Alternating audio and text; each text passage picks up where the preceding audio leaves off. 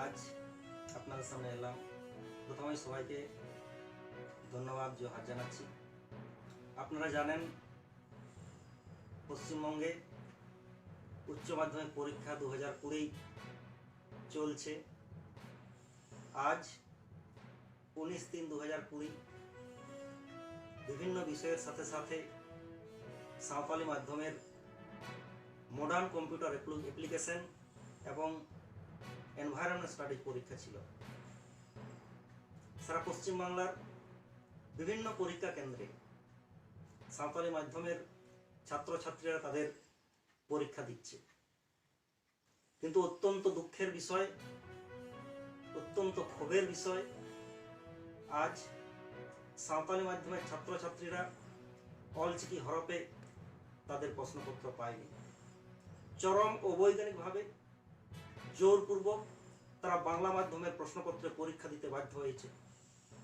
আজ শুভবুদ্ধি সম্পন্ন, সচেতন, শিক্ষানুরাগী ব্যক্তিদের কাছে আমি এই তথ্যটি তুলে ধরতে চাইছি এই কারণে, আজকে যদি ইংরেজি মাধ্যমে পড়াশোনা করা কোনো ছেলেকে হঠাৎ করে বাংলা মাধ্যমের প্রশ্নপত্র দেওয়া হয়, তার পরীক্ষাটা কেমন হবে?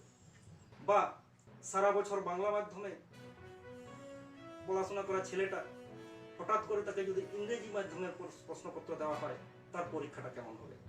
ঠিক আজকে সারা বছর 2 বছর ধরে অলচিকি হরফে পড়াশোনা করার পরেও আজকে তাদেরকে বাংলা মাধ্যমের বাংলা হরফের প্রশ্নপত্র তাদেরকে পরীক্ষা দিতে হলো।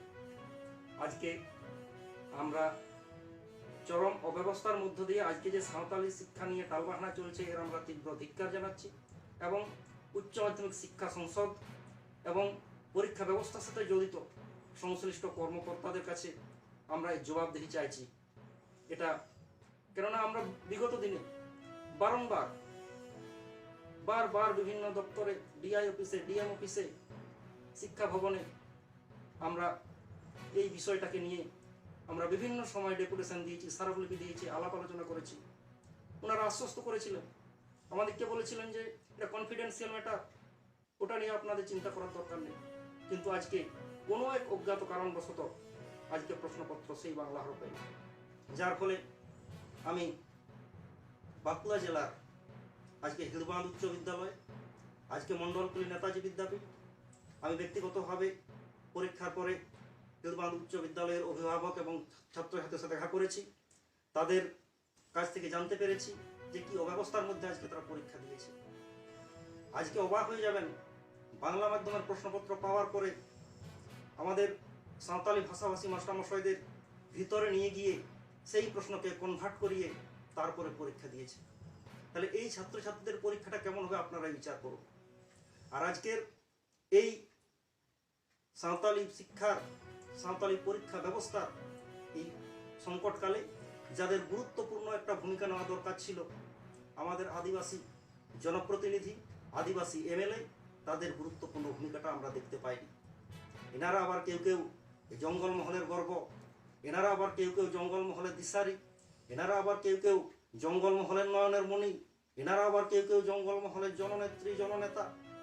আজকে ওনাদের কাছে আমি করজোড়ে নিবেদন করে যাব যে আজকে সাঁওতালি শিক্ষা বিষয়ের যে সংবেদনশীল বিষয়, সেই বিষয় নিয়ে আপনারা সচেতন হন। এই বিষয়গুলো আমরা আশা রাখি জনপ্রতিনিধি আপনাদের একটা দায়বদ্ধতা আছে, এই বিষয়গুলো নিয়ে আপনারা বিভিন্ন দপ্তরে আলোচনা করুন। এই বিষয়গুলো নিয়ে আপনারা যারা সাঁওতালি শিক্ষার সাথে জড়িত, সাঁওতালি ভাষা আন্দোলনের সাথে জড়িত, সাঁওতালি ভাষা শিক্ষার সাথে, সাঁওতালি ভাষা দরদি, তাদের সাথে আলোচনা করুন।